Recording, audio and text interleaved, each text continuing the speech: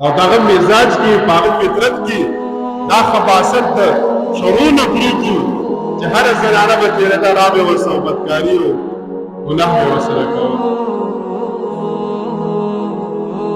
دا بیبي سارا ورته وایي چې ته چې هر څه کې وکړه خو ما نه لږ یو ټیم راکړه چې زه یو 2 رکعته لمونځ وکړم.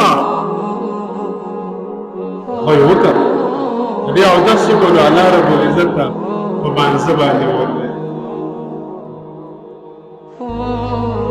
دا یو داسې وخت دی چې په دې کې د الله نه سوا بل یو انسان ستا مدد نشي کولی او په دې وخت کې به فورن الله ته متوجه کېږي.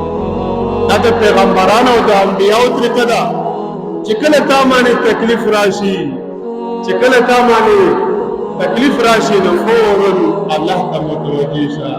واستعینوا بالصبر والصلاة. الله نه صبر وکړئ لمونځ وکړه په لمونځ باندې الله ته مدد. پیرانو پسې مه ګرځه په دربارونو باندې مه ګرځه بس فورا په خپل هغه مشکل باندې صبر وکړه او الله رب العزت ته 2 رکعته لمونځ وکړه ګوره چې الله رب العزت بیا څنګه حساب